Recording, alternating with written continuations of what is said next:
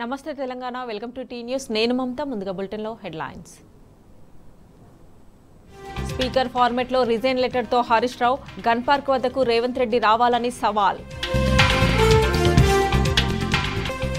గ్యారెంటీలు రుణమాఫీపై రేవంత్ రెడ్డివి దొంగ ప్రమాణాలు ఆగస్టు 15లోగా అమలు చేయకుంటే రాజీనామాకు డిమాండ్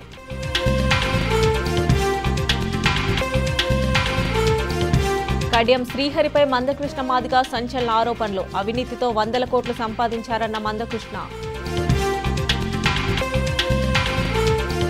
రాష్ట్ర వ్యాప్తంగా ప్రచారంలో దూసుకెళ్తున్న బీఆర్ఎస్ బోడుపల్లో ప్రచారం నిర్వహించిన ఎంపీ అభ్యర్థి రాగిడి లక్ష్మారెడ్డి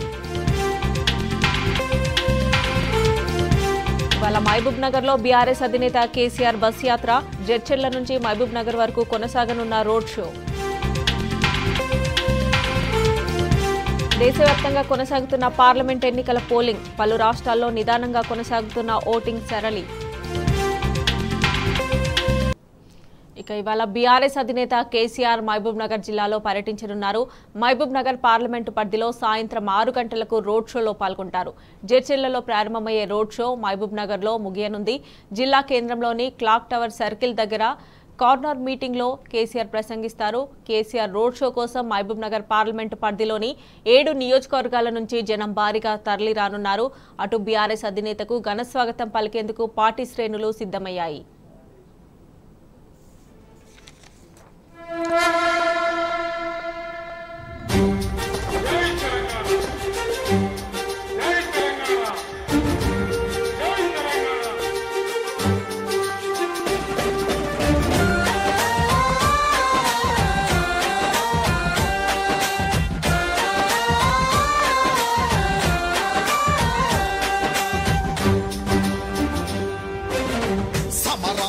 సయ్యని గురుతూ దేశాన్నే ముందుకు నడుపు సమరానికి సయ్యని గురుతూ దేశాన్నే ముందుకు నడుపు టీఆర్ఎస్ కార్యకర్తపై కేసీఆర్ అడుగు చాటవై టీఆర్ఎస్ కార్యకర్తపై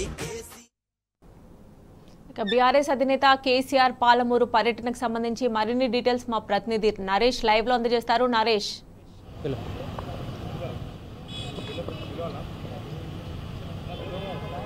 మమతా మహబూబ్ నగర్ జిల్లా కేంద్రంలో సాయంత్రం 6 గంటలకు కేసీఆర్ రోడ్ షో ప్రారంభం కానుంది. మహబూబ్ నగర్ జిల్లా కేంద్రంలో ఉన్నటువంటి క్లాక్ టవర్ చౌరస్తా వద్ద మాజీ ముఖ్యమంత్రి బీఆర్ఎస్ అధినేత కేసీఆర్ ప్రజలను ఉద్దేశించి ప్రసంగించనున్నారు. ఎర్రవెల్లి ఫామ్ హౌస్ నుంచి బయలుదేరిన కేసీఆర్ ఔటర్ రింగ్ రోడ్డు మీదుగా శంషాబాద్ ఔటర్ రింగ్ రోడ్డు దగ్గర దిగుతారు. అక్కడి నుంచి షాద్ నగర్ జడ్చెర్ల మీదుగా మహబూబ్ నగర్ జిల్లా కేంద్రానికి చేరుకుంటారు. మహబూబ్ నగర్ జిల్లా కేంద్రంలో బీఆర్ఎస్ అధినేత కేసీఆర్కి ఘనంగా స్వాగతం పలికేందుకు ఇప్పటికే బీఆర్ఎస్ పార్టీ శ్రేణులంతా కూడా సిద్ధం కావడం జరిగింది. ఇదే అంశానికి సంబంధించి మనతో పాటు మాట్లాడడానికి మాజీ మంత్రి శ్రీనివాస్ గౌడ్ ఉన్నారు. వారితో మాట్లాడదాం. అన్న, ఎటువంటి ఏర్పాట్లు చేయడం జరిగింది? కేసీఆర్ రోడ్ షోకి ఎంతమంది జనం వచ్చేటటువంటి అవకాశం ఉంది? ఎక్కడి నుంచి ఎక్కడికి ఈ రోడ్ షో కొనసాగనుంది? జనం అంటే మేము జనం సమీకరణ ఏం చేస్తలేము, కాకపోతే స్పందన బట్టి చూస్తే మాకు అర్థమవుతుంది. నిన్న తిరగడం చూస్తే విపరీతమైనటువంటి స్పందన. అందరు రైతులు. అసలు ఇంత మహబూబ్నగర్లో 14 రోజులకు ఒకసారి నీళ్ళు వచ్చేవి తెలంగాణ కన్నా ముందు. మళ్ళీ సేమ్ వారం రోజులకు ఒకసారి నీళ్ళు, 2 రోజులకు ఒకసారి నీళ్ళు, మళ్ళీ బోరింగ్లు, అట్లా ప్రతి ఊర్లో కూడా తాగడానికి నీళ్ళు. అసలు తాగడానికి ఎప్పటికీ జీవితంలో ఉండదు అనుకున్నాం. అంటే అన్ని ఏర్పాట్లు చేసిండు కేసీఆర్ గారు. వాటర్ ట్యాంకర్లు, నల్లలు, అవన్నీ ఇన్ని ఏర్పాట్లు పకడ్బందీగా రిజర్వాయర్లు అవన్నీ చేసినాం కూడా ఊర్లలో నీళ్ళ ప్రాబ్లమే, టౌన్లో తాగడానికి నీళ్ళ ప్రాబ్లమే. వ్యవసాయము చేనులు ఎండిపోలేదు 10 ఏళ్ళల్లో ముత్తుకుంటున్నారు రైతులు. ముఖ్యంగా రైతులు. మా ఊరంతా, మా జిల్లా అంతా రైతుల జిల్లా. ఇది బతుకుదెరువు. మళ్ళీ బొంబాయి, పూనా పోయే పరిస్థితి స్టార్ట్ అయిపోయింది. కనుక ఎక్కడికక్కడనే వేలాది మంది తరలి రావడానికి, కేసీఆర్ గారిని చూడడానికి, కేసీఆర్ ప్రసంగం వినడానికి. అయ్యో మాకు బతుకులు మంచి మార్చిన నాయకుడు, మళ్ళీ ఆయన ఓంగనే 100 రోజులు ఇట్లా అయిపోయాయి కదా అంటే ఆవేదనలతో ఉన్నారు. బ్రహ్మాండమైన స్పందన ఉంటుంది. రోడ్ షో రూట్ మ్యాప్ ఎట్లా ఉంది? Shadnagar, Jadcherla to Appannapalli, Pista House, new town, ఈ చౌరస్తా, ఇక్కడ ఈ ప్లేస్ నుంచి బస్ స్టాండ్ నుంచి అశోక్ ట్యాక్స్ నుంచి అటు వెళ్ళేసి మళ్ళీ బాబు జగ్జీరావు చౌరస్తా నుంచి అంబేద్కర్ చౌరస్తా నుంచి 1 టౌన్ పోలీస్ స్టేషను, అదేవిధంగా అంబేద్కర్ చౌరస్తా, భగీరథ కాలనీ, క్రిస్టియన్ కాలనీ నుంచి అటు ఓడదు. బీఆర్ఎస్ పార్టీ ఇక్కడ ఇప్పటికే హైట్రిక్ విజయం సాధించడం జరిగింది. 4వ సారి గెలుపుకి ఎట్లా ముందుకెళ్తా ఉంది బీఆర్ఎస్ పార్టీ? ప్రస్తుతం అధికారం కోల్పోయినటువంటి పరిస్థితుల్లో బీఆర్ఎస్ పార్టీ ఎటువంటి వ్యూహాలతో ఈ ఎన్నికలను ఎదుర్కోబోతాం? అబద్ధపు ప్రచారాలతో నమ్మిండ్రు, నమ్మిన తర్వాత ఇప్పుడు అర్థమైపోయింది తప్పు చేస్తాం అనేది భావన కలిగింది. తొందరలోనే తప్పు చేస్తాం అనే భావన కలిగింది. ఇన్నేళ్ల చరిత్రలో ఒక పార్టీ 2-3 ఏళ్ల తర్వాత వస్తుంది వ్యతిరేకత.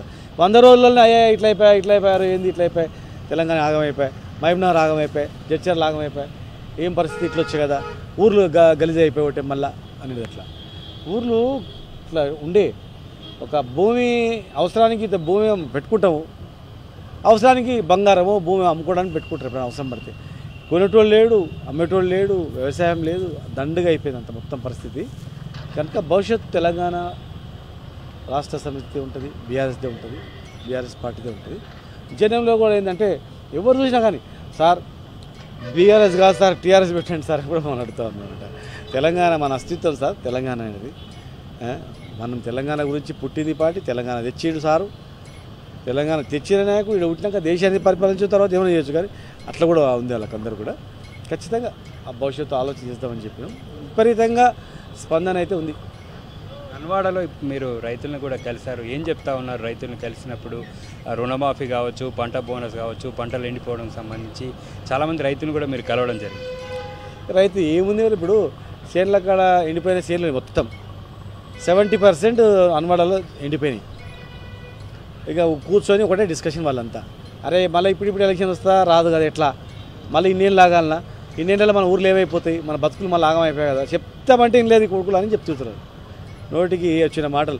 ఎవడైతే కాంగ్రెస్కి ఏమని చెప్తున్నారో ఆ రోజు చెప్పినరో వీళ్ళు ఈ కొడుకులు కాంగ్రెస్కి వద్దురాబాయ్ అంటే మా కొడుకు ఈయనపాయ వీడినకపోయా చూసినావా, ఉట్టి మాటలు చెప్పి రుణమాఫీ ఎక్కడిది, ఉద్యోగాలు ఎక్కడివి, నీళ్ళు ఎక్కడివి, మళ్ళీ కరువు స్టార్ట్ అయిపోయింది అనేటువంటి బాధలు ముఖ్యంగా ముసలి వాళ్ళు వ్యవసాయదారులు ఉంటారు కదా, 70 ఏళ్ళు 80 ఏళ్ళు ఉన్నాయన వెనకటి కూడా ఇట్లే చేసిన రా వీళ్ళు, మళ్ళీ వచ్చిరి దాపరికమయ్యారు, మళ్ళీ సేమ్ కేసీఆర్ ఇడిచిపెట్టకంటే ఈయనకపోయారు వీళ్ళు.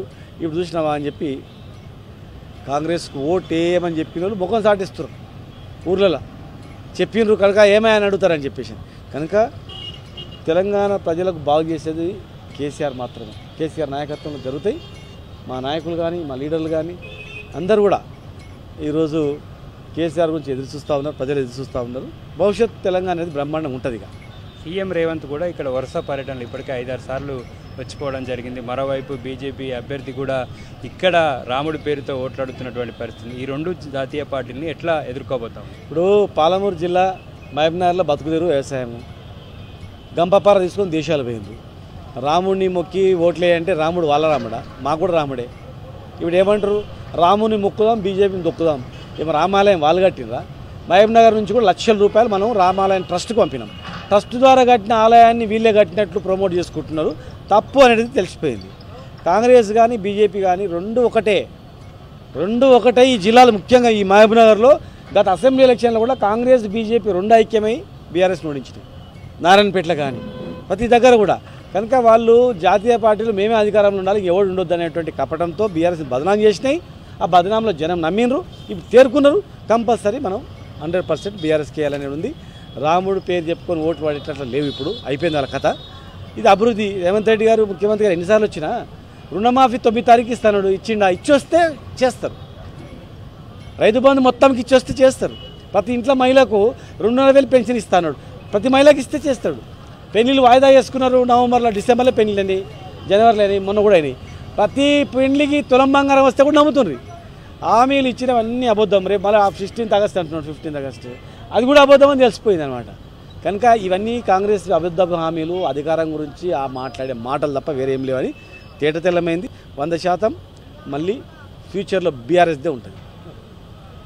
షాద్నగర్ నియోజకవర్గం నుంచి ప్రారంభమై జడ్చర్ల మీదుగా మహబూబ్నగర్ జిల్లా కేంద్రానికి కేసీఆర్ రోడ్ షో రానుంది. అక్కడ జడ్చర్లలో కూడా బీఆర్ఎస్ పార్టీ శ్రేణులు, షాద్నగర్లో బీఆర్ఎస్ పార్టీ శ్రేణులు బీఆర్ఎస్ అధినేత కేసీఆర్కి ఘన స్వాగతం పలికేందుకు సిద్ధమయ్యారు. మహబూబ్నగర్ జిల్లా కేంద్రంలో ఉన్నటువంటి R&B చౌరస్తా, బస్టాండు, అశోక టాకీ చౌరస్తా మీదుగా క్లాక్ టవర్కు బీఆర్ఎస్ అధినేత కేసీఆర్ రోడ్ షో చేరుకుంటుంది. అక్కడ ప్రజలను ఉద్దేశించి కేసీఆర్ ప్రసంగించనున్నారు. మహబూబ్నగర్ పార్లమెంటుకు సంబంధించి కేసీఆర్కి ప్రత్యేకమైనటువంటి అనుబంధం ఉంది. ఇక్కడ 2009లో ఎంపీగా కేసీఆర్ గెలుపొందడం జరిగింది. 2009లో ఎంపీగా గెలిచి తెలంగాణ రాష్ట్రాన్ని సాధించడం జరిగింది.